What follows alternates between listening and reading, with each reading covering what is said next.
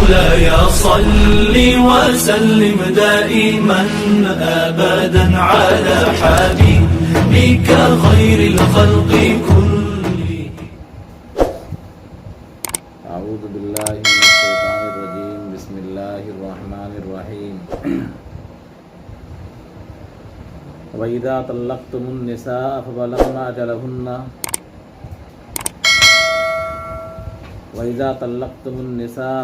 أَجَلَهُنَّ إِنْ قَضَتْ عِدَّتُهُنَّ فَلَا تَعْضُلُوهُنَّ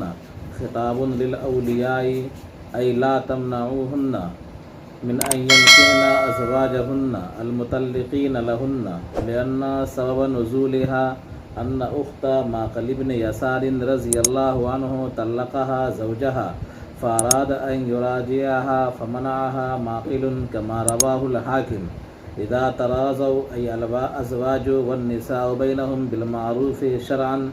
ذلك النهي عن العزل يوعظ به من كان منكم يؤمن بالله واليوم الآخر لأنه المنتفع به. ذلكم أي ترك العزل أزكى لكم وأطهر لكم ولهم لما يخشى على الزوجين من الريبة بسبب العلاقة بينهما والله يعلم ما فيه من المصلحة وأنتم لا تعلمون ذلك فاتبعوا أمره. اور جب تم عورتوں کو طلاق دے چکے ہو، اور جب تم لوگ اپنی عورتوں کو، اپنی بیویوں کو طلاق دے چکو، فبلغن اجلہن، اور وہ اپنی مدت کو پہنچ جائیں، یعنی ان کی عدت گزر جائے، فلا تعضلوہن من ان ینکحن ازواجہن، تم ان کو نہ روکو اس بات سے کہ وہ نکاح کریں اپنے شوہروں سے، اذا تراضوا بینہم، جبکہ وہ آپس میں رضامند ہو جائیں، بالمعروف، شرعی طریقے سے، ذالک النہی عن العزل، اور یہ روکنے سے ممانعت ایسی چیز ہے جس کی نصیحت کی جاتی ہے اس شخص کو جو تم میں سے اللہ پر اور آخرت کے دن پر ایمان رکھتا ہے، اور یہ ترک عزل تمہارے لیے زیادہ بہتر اور پاکیزہ ہے، اور اللہ تعالیٰ جانتا ہے اس مصلحت کو جو اس میں ہے اور تم نہیں جانتے ہو. پیچھے ایک مسئلہ گزرا تھا کہ جب عورتوں کو انسان طلاق دے اور وہ عدت گزرنے کو مدت کو پہنچ جائیں، اس کی تشریح کیا تھا قاربنا انقضاء عدتہن، یعنی عدت کے گزرنے کے قریب ہو جائیں، ہے نا. تو وہاں مسئلہ تھا وہ بلغنا حقیقی معنی میں نہیں تھا بلکہ مجازی معنی میں تھا کہ قریب پہنچنے کے معنی میں تھا، اور یہاں پر بلغنا حقیقی معنی میں ہے نا. تو پہلا مسئلہ یہ تھا، پہلی آیت جو گزری ہے اس سے پہلے والی آیت، اس میں مسئلہ یہ تھا کہ اگر شوہر اپنی بیوی کو طلاق دے دیتا ہے اور عدت گزرنے والی ہوتی ہے، ابھی عدت گزری نہیں ہے مکمل، اور طلاق کیا ہے؟ رجعی ہے، تو اس صورت میں شوہر کو روکنے اور جدا کرنے کا اختیار ہے. اگر چاہے تو رجوع کر لے، اور اگر چاہے تو وہ چھوڑ دے، عدت گزر جائے گی، روی بائنا ہو جائے گی، ہے نا. اور یہاں اس آیت کے اندر جو مسئلہ ہے وہ مسئلہ یہ ہے کہ عورت کی عدت گزر چکی، سمجھا.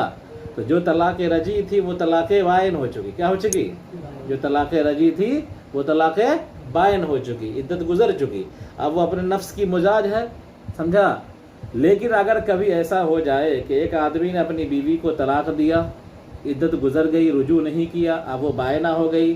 اپنے نفس کی مجاز ہو گئی، دوسری جگہ شادی کرنے کا اختیار رکھتی ہے، سمجھا. یا پہلے شوہر سے جس نے طلاق دیا اس سے بھی شادی کا اختیار ہے اس کو نکاح کرنے کا پھر سے، ہے نا. اب اگر وہ عورت اپنی رضامندی سے جو شوہر طلاق دیا ہے اسی کے نکاح میں لوٹنا چاہے، نکاح کر کے اسی سے دوبارہ نکاح کرنا چاہے، یا کسی اور سے نکاح کرنا چاہے،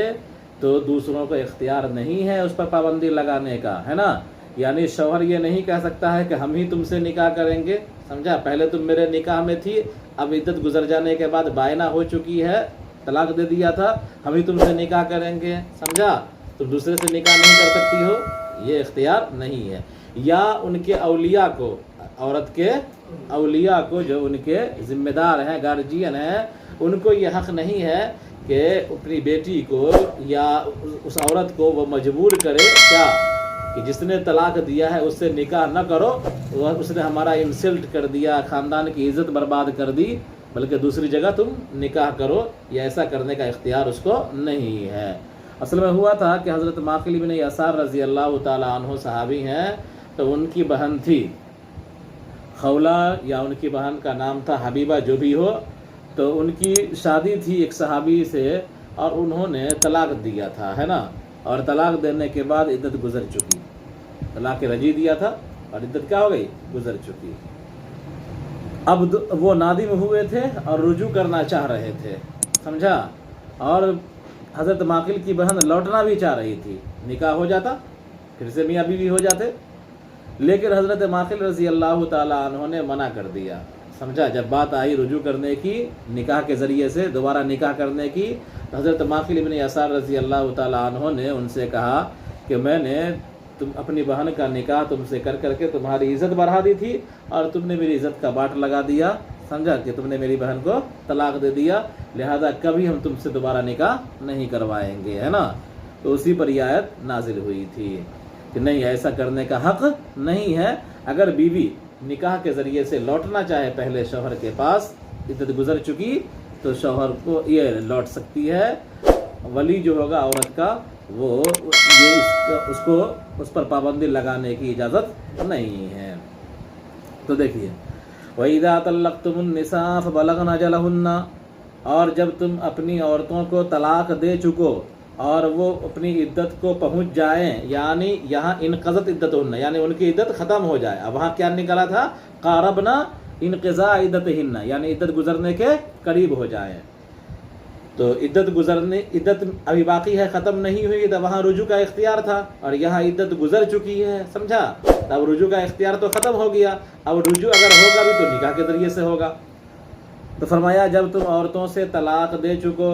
اور وہ اپنی عدت کو پہنچ جائیں، یعنی ان کی عدت گزر جائے، تو فلا تعضلوہن، تم ان کو نہ روکو، خطاب للاولیاء، یہ خطاب ہے اولیاء سے، ای لا تمنعوہن،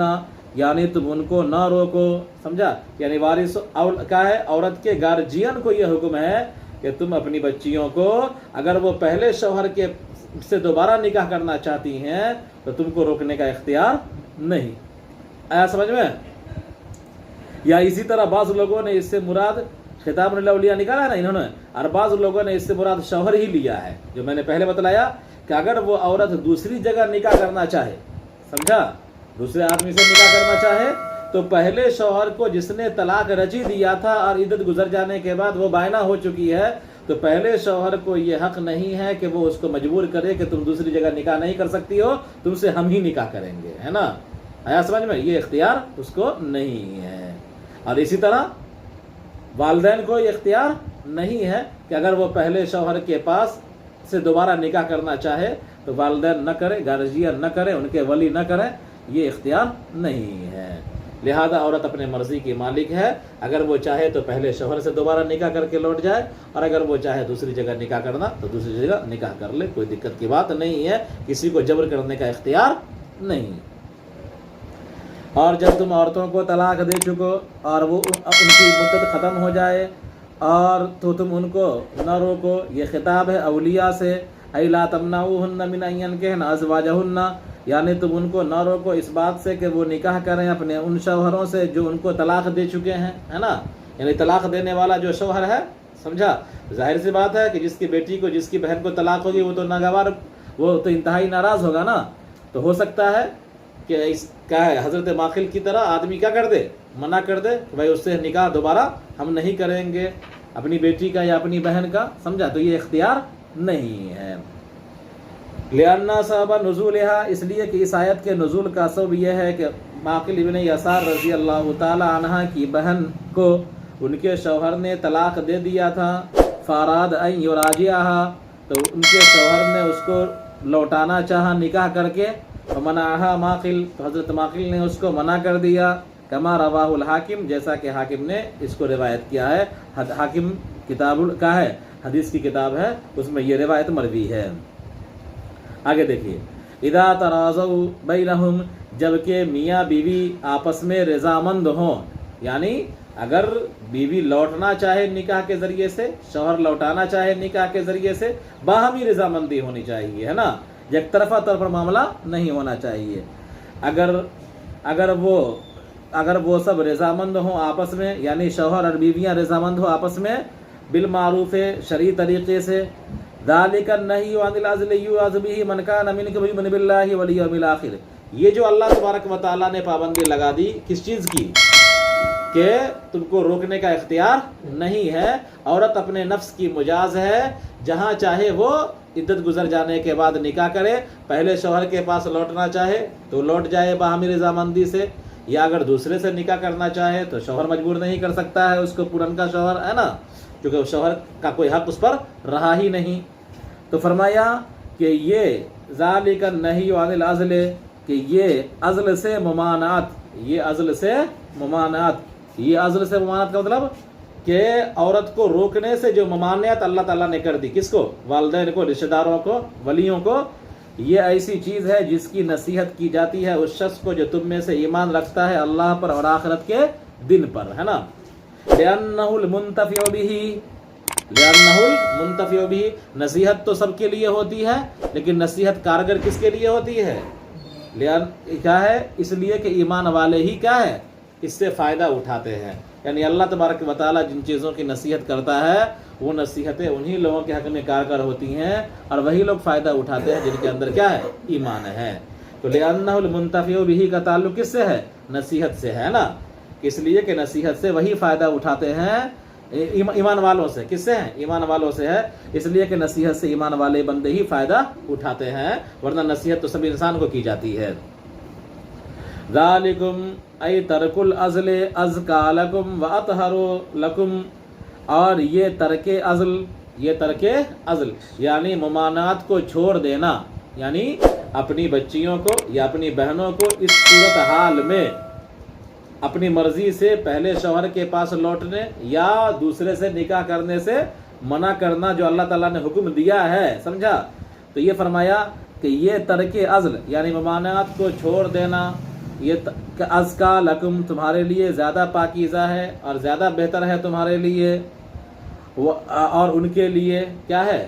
لڑکی کے لیے بھی اور تمہارے لیے بھی، ٹھیک ہے، کہ اس میں معاشرت کا پہلو ہے اور کیا ہے، ہر انسان کے اندر نفس ہے، سمجھا، اور ہر انسان اپنے نفس کا مجاز، اپنے نفس کا مالک ہے۔ لما یخشى علی الزوجین من الریبۃ بسبب العلاقۃ بینہما، اس لیے کہ خدشہ ہے زوجین پر تہمت کا تعلق کی وجہ سے جو ان کے درمیان ہے، خدشہ ہے زوجین پر تہمت کا کیا ہے، تو اس تعلق کی وجہ سے جو ان کے درمیان ہے، کیا مطلب کہ شوہر کو روکنے کا اختیار نہیں ہے، سمجھا، کس کے لیے، کس کو، یعنی کیا ہے، والدین یا عورت کے ولی کو یہ حق نہیں ہے کہ وہ پہلے شوہر کے پاس لوٹنے سے روکے، یہ اختیار اللہ تبارک و تعالیٰ نے ختم کر دیا ہے نا، یہ اختیار چھین لیا، لہذا عورت اپنے نفس کی مجاز ہے، کیا ہے، اپنے نفس کی مجاز ہے، ٹھیک ہے۔ اب فرض کرو کہ اگر شوہر کو یہ حق ہوتا کہ وہ پہلے نکاح کیا ہے اور اسی نے طلاق دیا ہے اور اسی کی طلاق میں عدت گزری ہی ہے اور اسی کو یہ حق ہے کہ وہ اپنے نکاح میں لوٹائے، دوسرے سے نکاح نہ کرنے دے، اگر یہ حق اس کو دیا جاتا یا والدین کو یہ اختیار دیا جاتا کہ تم حضرت ماقل کے طرح تم اپنے بہن کو نکاح کرنے سے پہلے شوہر سے لوٹ دو، ہے نا، تو اگر شوہر کو یہ اختیار دیا جاتا کیا کہ وہ بیوی کو روک دے دوسری جگہ نکاح کرنے سے، سمجھا، یا گارجین کو یہ اختیار دیا جاتا کیا ہے کہ پہلے شوہر کے پاس لوٹنے سے وہ روک دے، تو اس صورت میں میاں بیوی پر تہمت کا اندیشہ تھا، کیا تھا، تہمت کا اندیشہ تھا، تو اللہ تبارک و تعالیٰ نے یہ ایسا اختیار ترک کر دیا ہے نا، چھوڑ دیا، منع کر دیا ایسے اختیار کو۔ آگے دیکھیے، واللہ یعلم ما فیہ من المصلحۃ، اور اللہ تبارک و تعالیٰ جانتا ہے اس مصلحت کو جو اس کے اندر ہے، یعنی اس میں کیا مصلحت ہے کہ عورت کو اختیار دیا گیا کہ پہلے شوہر کے پاس لوٹنا چاہے تو نکاح کے ذریعے سے لوٹائے،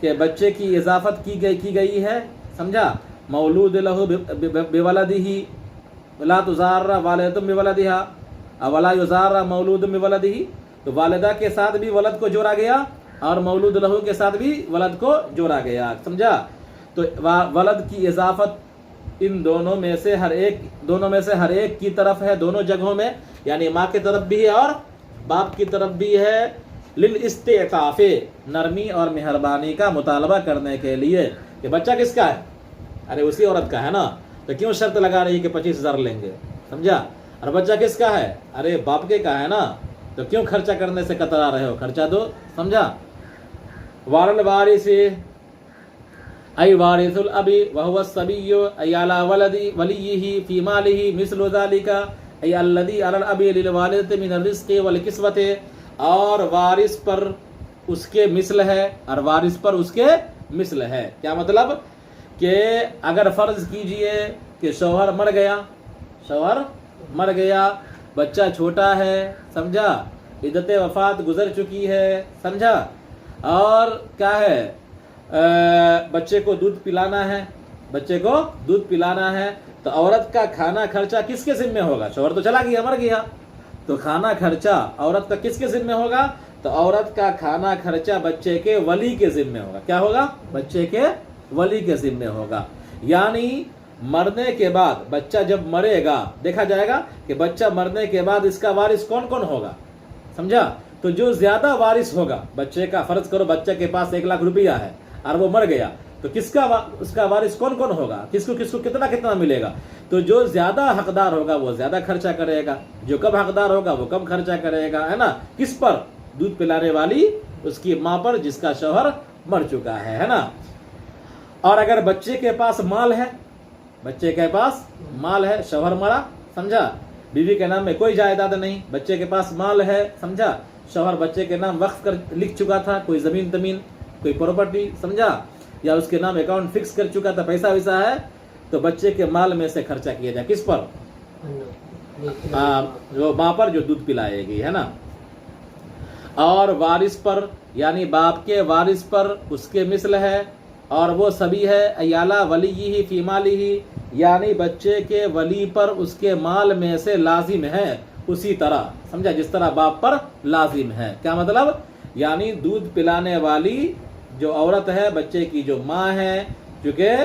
کھانا خرچہ اس کو کہاں سے آئے گا؟ تو کھانا خرچہ دیا جائے گا بچے کے مال سے، یا کھانا خرچہ دیا جائے گا بچے کے وارث کے مال سے، ہے نا؟ وارل وارث، اور باپ کے وارث پر کیا ہے؟ اسی کے مثل ہے، کس کے مثل ہے؟ جس طرح باپ خرچہ کر رہا تھا نان و نفقہ، اسی طرح جب تک دودھ پلاتی رہے گی عورت تب تک وارث کیا ہے؟ عورت پر نان و نفقہ خرچہ کرتے رہیں گے، دیتے رہیں گے۔ اور وارث پر، باپ کے وارث پر، اور وہ بچہ ہے، یعنی بچے کے ولی پر بچے کے مال میں سے کیا ہے؟ اسی کے مثل لازم ہے کہ جس طرح باپ پر لازم تھا والدہ کے لیے، یعنی رزق اور کپڑا وغیرہ، ہے نا؟ فَإِنْ أَرَادَا الوالدان فصالا فطاما له قبل الحولين صادرا عن تراض اتفاق منهما وتشاور بينهما ليظهر مصلحة الصبي فيه فلا جناح عليهما في ذلك۔ پس اگر والدین یعنی میاں بیوی دونوں، پس اگر بچے کے ماں باپ چاہیں دودھ چھوڑانا، فطامن دودھ چھوڑانا، قبل الحولین بچے کا دودھ چھوڑانا چاہیں 2 سال سے پہلے، صادرن عن تراض اتفاق منہما، تو باہمی رضامندی اور باہمی مشورے سے اگر صادر ہو تو درست ہے، کوئی دقت کی بات نہیں ہے، لا جناح علیہما، کوئی حرج نہیں ہے نا۔ لیظہر مصلحۃ الصبی فیہ، تاکہ بچے کی مصلحت اس میں ظاہر ہو جائے، کیا مطلب؟ یعنی اگر دودھ چھڑانا چاہیں 2 سال سے کم میں تو ماں باپ کیا کر لے؟ مشورہ کر لے، بچے کے ماں باپ مشورہ کر لیں، ہے نا؟ کہ اگر بچے کی مصلحت اسی میں ہے کہ دودھ چھڑا دیا جائے تو دودھ چھڑوا دیا جائے، اگر بچے کی مصلحت اس میں ہے کہ نہیں 2 سال پورا کیا جائے تو 2 سال پورا کیا جائے گا، ٹھیک ہے؟ بعض بچوں کو دانت جلدی نکل آتا ہے، بعض بچوں کو دانت 6 مہینہ 7 مہینہ 8 مہینہ 10 مہینے میں دانت نکل آتا ہے اور دانت کٹا ہو جاتا ہے،